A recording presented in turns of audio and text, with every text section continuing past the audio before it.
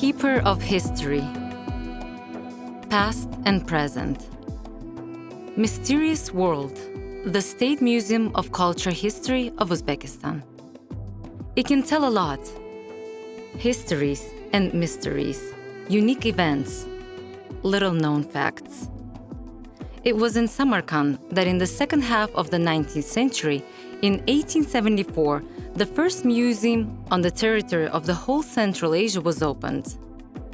And only 20 years later, in 1896, it opened its doors to the visitors. Its richest collection includes about 250,000 items.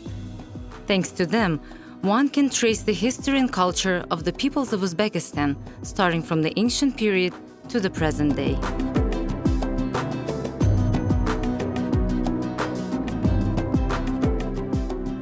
The State Museum of Culture History of Uzbekistan in Samarkand is one of the oldest in our country, and it has a unique collection.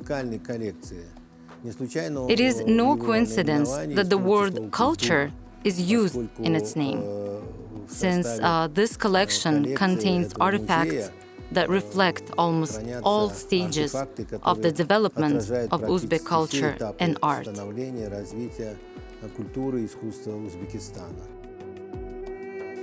The fact that the rudiments of civilization appeared on the territory of Uzbekistan in the most ancient times is evidenced by fragments of rock paintings of the Neolithic epoch with a fairly realistic depiction of animals, mountain rams, horses, goats. Materials of the Bronze Age dated 17th, 18th centuries BC are represented by the agricultural settlements of Sapalli Tepe and Jarkutan, Surkhandarya region. It was the most ancient culture of skillful jewelers and builders known within our country. Steppe culture of shepherds of the Bronze Age is represented in the museum with the materials from the burial grounds of Muminabad, Chakka, Samarkand region, Bakhmal, Jizak region. Representatives of this culture were skilled founders, gunsmiths, and jewelers. As for the history of our museum, after the invasion of Tsarist Russia into our territory, the military and other high-ranking Russian officials began to arrive in Central Asia. Of course, they were interested in local nature and everyday life, minerals of our land. They also conducted excavations, both in groups and individually, on our ancient historical sites. And during these archaeological excavations, they discovered various coins, remnants of broken jars, and other valuable archaeological artifacts, some of which, frankly, were taken out of the country. But along with them, excavations were also carried out by local merchants, and we can say that the Samarkand Museum was created based on the materials collected by them. In the 6th century BC, the territory of modern Uzbekistan was part of the Achaemenid Empire. Ceramics of cylinder-conic form and gems have survived from this epoch. The art of glyptics, hard stone carving, is interesting and the most complex. It is the flight of fancy of the master carver who discovered the beauty of the stone. The gem plot depicting Gopat Shah, Shepherd King, was the most popular in the Achaemenid times. One of the most interesting and rare exhibits of our museum is the helmet of a Saka warrior from the 6th century BC, which was found during the construction of a chemical plant. It was discovered by excavators and subsequently brought to Samarkand in 1951. Most likely, it was the burial mound of a noble Saka warrior, or a chief who was buried wearing his helmet. If we look closely at this helmet, we will see marks left by the sword on it. That is, it repeatedly saved its master's life during the battles. In the 4th century BC, the southern part of Central Asia was part of the empire of Alexander the Great. The achievements of Greek culture penetrated far to the east. The interchange of cultural values was intensifying. The era of antiquity began. The Hellenistic tradition can also be traced in pottery, mainly in tableware. However, a lot of shapes are characteristic of Central Asian ceramics. Such are the thin-legged glasses, striking with the grace of their form. We have the material that was found by a museum staff member during an expedition to Surkhandarya, when the ancient burial ground of Holnews Tepa with a female burial was excavated. The woman was buried wearing her jewelry. Here we exhibit a bracelet in the mirror. Besides, the burial place contained items such as thin-legged goblets and cup-shaped goblets. The independent minting of coins according to the Greek standard began in the middle of the 3rd century BC. The coins featured portraits of kings and their divine patrons. The museum's exposition traces the history of the monetary circulation of Central Asia from the above-mentioned time period up to the beginning of the 20th century. The numismatics fund itself has 31,000 items. Here we can trace the history of the monetary circulation of our region, starting from the 3rd century BC up to this day. Moreover, in our fund, there are not only local coins, but also from other regions. Ancient Greece, ancient Rome. And we owe this to the people who collected these coins, to collectors. Coins donated by them also find a worthy place in our museum. The art culture of Uzbekistan in the period of the early medieval states is a unique phenomenon of civilization. This is the heyday of painting, sculpture, and artistic crafts. The exposition presents materials from the settlement of Yerkurgan. The prominent Uzbek archaeologist Rustam Hamidovich Suleymanov, who carefully and thoroughly excavated the settlement, continued to explore it for a long time. It yielded many interesting discoveries. The scientist extended the Samarkand Museum a courtesy by donating a part of his findings to our collection. Now they adorn our exposition. Here we see columns from the Temple of Yerkurgan, and these are fragments of wall painting, fragments of sculptures, a terracotta frieze, and an incense burner. Alabaster carvers achieved great skill. A new stylistic direction is presented in the design of the palace interiors of the Varaksha settlement, where pictorial motifs coexisted with ornament.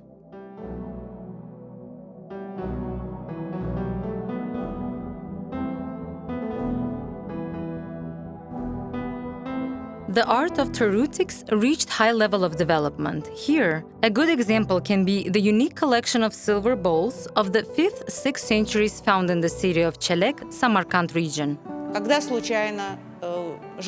When a resident was building his house, digging a well, he accidentally stumbled upon this treasure. Here we have 3 bowls, 5th century AD. These are Ephthalites, Sogdian, and Sassanid bowls. There is a beautiful inscription on the Sogdian bowl. The inscription reads, "The property of the Dikchi community. Its weight is less than 20 silver staters."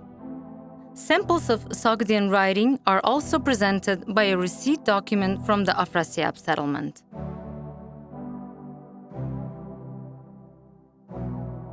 Unique examples of bone carving are 7 chess figurines of the 8th century, also found in Afrasiyab. These are figurines of Ponces, horse, and elephant riders. This set dates 8th century AD. A special place in the fund is occupied by the collection of glyptics, stone carving. The museum presents gems and seals from the different times. We would like to show you these seals of the 6th, 7th centuries in the form of false rings depicting animals, a bull and a lion, which were found in the Urgut district of the Samarkand region, made before the Arab invasion. Here we see zoomorphic images, but after the Arab invasion, those became less and less frequent. Instead, personal seals with Arabic graphics on them appeared.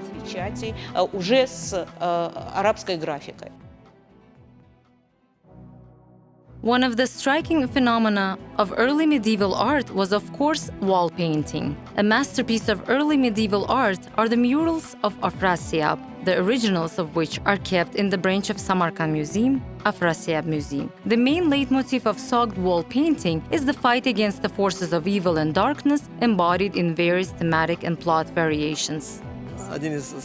One of the most ancient monuments and the pride of our museum are the wall paintings of Afrasiyab. This is a world-famous wall painting. It was drawn by the great artist.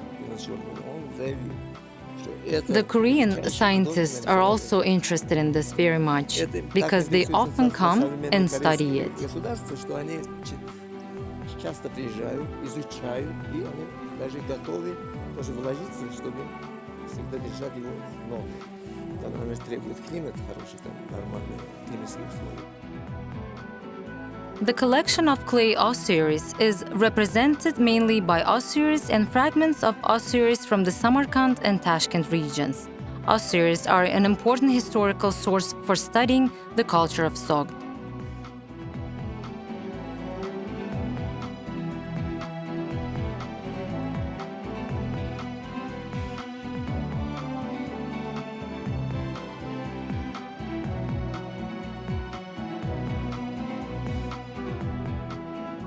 Among them, there are highly artistic samples, ornamented with stamps, moldings, and anthropomorphic tops on the lids. In the 7th, early 8th centuries AD, Arabs invaded Central Asia, starting a long process of spreading Islam throughout its territory. Starting from the 9th century, the power of local dynasties was established in Central Asia, first the Tahirids, then the Samanids, who were replaced by the Karahinids. This period is distinguished by strengthening economic ties, ensuring safety of caravan routes, and one common religion of Islam for a vast region. These key factors determine the common cultural development of Central Asia. All that is associated with the pre-Islamic art is the pictorial scenes that we see in the murals of Afrasiyab and in the murals of Varakhsha.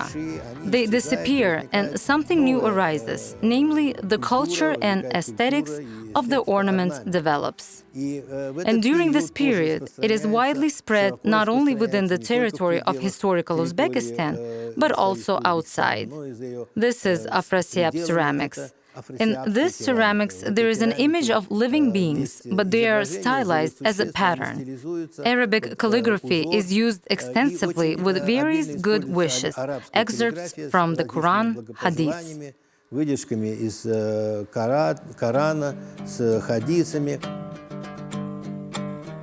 End of 9th, 10th centuries, heyday of glazed ceramics. The potters mastered the technology of producing transparent lead-based glaze, which contributed to the development of complex ornaments, so spectacular that they quickly replaced the old compositions.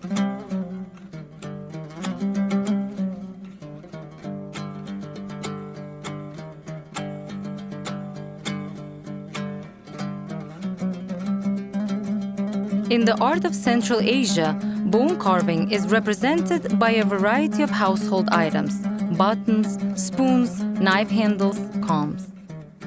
The 9th, 12th centuries can be considered as the period of blossoming of glass production. These are glass products of various shapes and purposes, mainly household and pharmaceutical, perfumery utensils. Art metal of the 11th, 14th centuries is varied in shapes and utilitarian purposes, and is distinguished by the richness of pictorial plots and technique. A jug with a handle of the 12th century from Shahristan was donated by General Rostovtsev to the museum and is one of its first exhibits. The collection from the Timurid workshop dating back to the late 14th, early 15th centuries, which was found during construction works conducted in 1969 on the Registan Square in Samarkand, is unique. The master kept a jug of the 12th century with a silver inlay in his workshop, using it as a model.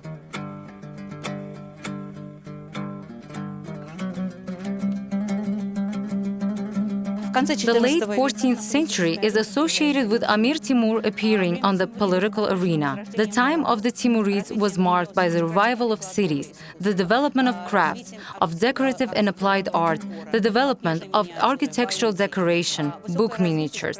The high development of decorative and applied arts is associated both with local traditions and with the achievements of the masters of the entire Middle East. Among the decorative and artistic crafts of the 14th, 17th centuries, the leading place is occupied by ceremonial ceramics and architectural decor. Ornamentation with cobalt on a white background substitutes the polychrome painting of the 10th, 12th centuries. Complex floral and zoomorphic motifs were popular. The collection contains mainly material from Samarkand. Samples of wood carving of the 14th, 15th centuries testify to the high level of ornamental art of medieval wood carvers. An example of the classical style of the era is the decoration of a carved folding door from the Amir mausoleum. A unique piece of clothing of the 15th century is a children's robe from the Shahizinda complex exhibited in the museum. The Mongol invasion of the 13th century was catastrophic. Cities were destroyed, handicrafts fell into decay, culture was in crisis. And here is the construction of a new state by Amir Timur, the restoration of the Silk Road, the development of cities, bringing to the capital of Samarkand and other cities of the Timurid Empire masters from distant countries who, together with local craftsmen, created masterpieces of architectural decoration, created their own architectural monuments, arts, and crafts which distinguished new local culture, arts of that time. By the end of the 18th century, 3 independent Khanats had been formed on the territory of Central Asia, Bukhara, Khiva, and Kakand, whose rulers minted their own coins. In the 80s of the 19th century, orders and medals appeared for the first time in the Emirate of Bukhara, with which the Emir awarded his subjects. After gaining independence, Uzbekistan has developed its own award system. Here we can see the order of Amir Timur, number 1, which was awarded to the city of Samarkand. This year, the museum has opened an exhibition from the history of studying the Amir mausoleum. Here is an album released in 1905 as part of the Architectural Monuments of Turkestan project. Architects Shusif and Pakryshkin worked on this album. The preface was written by Veselovsky. Amir was thoroughly studied. The scientists made measurements, drew sketches of decor, architecture itself. And only after the album was released, one copy of it was donated to the Samarkand Museum. Here we also demonstrate the coffin in which Timur was brought after his death in the city of Otrar, and show the busts that were made by the anthropologist Gerasimov according to his method of restoring a portrait from a skull. We show a portrait of Timur himself and his younger son Shahrukh, father of Ulugbek.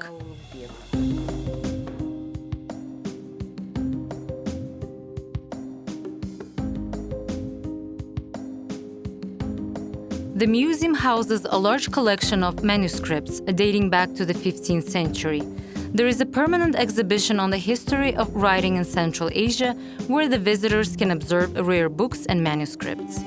The collection of manuscripts contains about 3,500 items of storage, and the best samples are here in this exhibition. Here we also see the works written by the classics of our Uzbek literature. Alisher Navoi, the philosophical Jalaluddin Rumi. Here are 2 very rare manuscripts with miniatures. One of them is Nizami's Hamsa with 10 miniatures. It entered the museum's collection a long time ago. The second manuscript, with more than 100 miniatures, was created in the 16th century, like the previous one.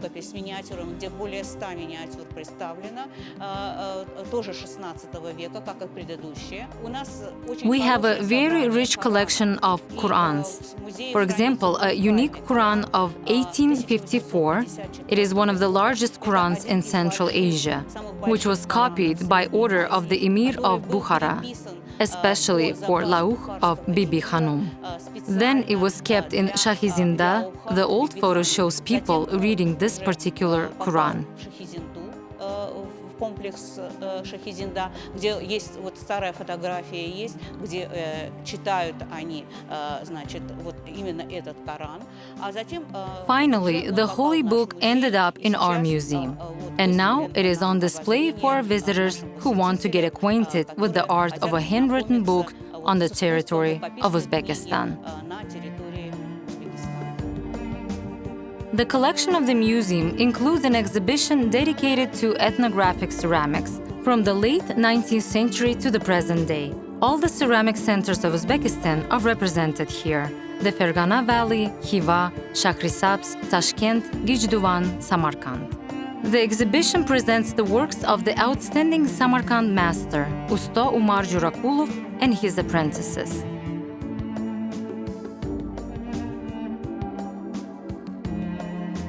In the Hall of Art Metal, you can observe all the art schools of Terurics in Uzbekistan.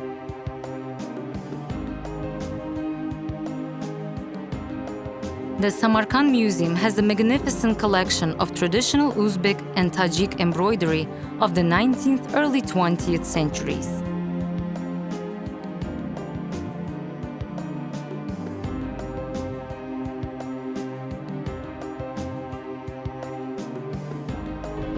In our exposition, we try to present various schools of embroidery.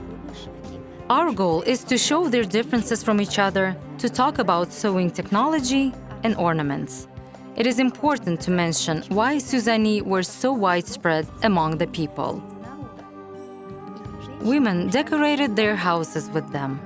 In addition, embroidery elements can be seen on women's clothing, hats, and shoes. Such stitching techniques as iroki, bosma, yurma were used. Silk, semi-silk, abr fabrics, shoi, atlas, adras, bekasab, alachain, etc. had a variety of forms and demonstrated subtle coloristic skill of their creators. Silk, semi-silk, and cotton fabrics of various colors and decorative motifs were used for sewing outerwear for men and women. Here, we can see a women's costume of the 19th, early 20th centuries. The highest form of urban craft was gold embroidery, the center of which was Bukhara. It was mainly a royal court art performed exclusively by men. Gold embroidery adorned men's and women's clothing worn by the nobility: robes, kaftans, belts, and even shoes. Here, clothes are presented not only by region, for example, Samarkand, Tashkent, Fergana, or Bukhara, but also classified as children's, men's, women's items. For example, we even have the clothes of a religious figure here. Here is a Samarkand type of clothing. These are women's dresses. Here we have women's robes, which always had different names: Munisak and Mursak, more recently Kaltacha. Various types made of different fabrics are presented in this collection. Moreover, we would like to show the way of development of our famous Uzbek Khan Atlas or Adras on the example of these fabrics. We would also like to show our viewers how middle-aged people dress, and for this we used photographs from the 19th and early 20th centuries for comparison. We show how and from what, for example, men's clothing were made. New visual arts as well as architecture began to make their way into the region's leading cities. The main themes of art of this time are ethnographic sketches and architectural landscapes. During this period, such artists as Zomer, Dudin, Bure, and others actively worked. Their works are widely represented in the museum's collection.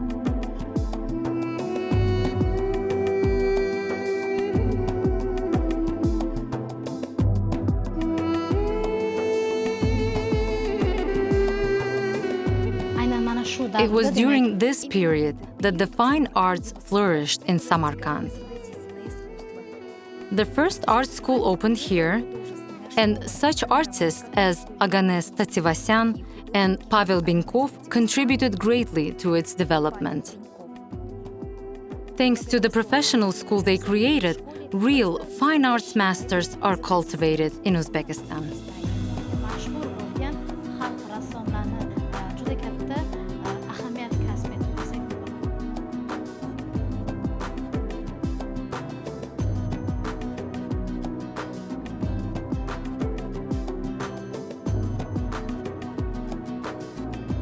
Faces of beauty, signs of wisdom, household items of people whose world is woven from myths and traditions. Today, in the museum, each exhibit, like a person, has its own interesting and exciting faith, a distinctive character. They can tell a lot about people's faiths, about the history of their country.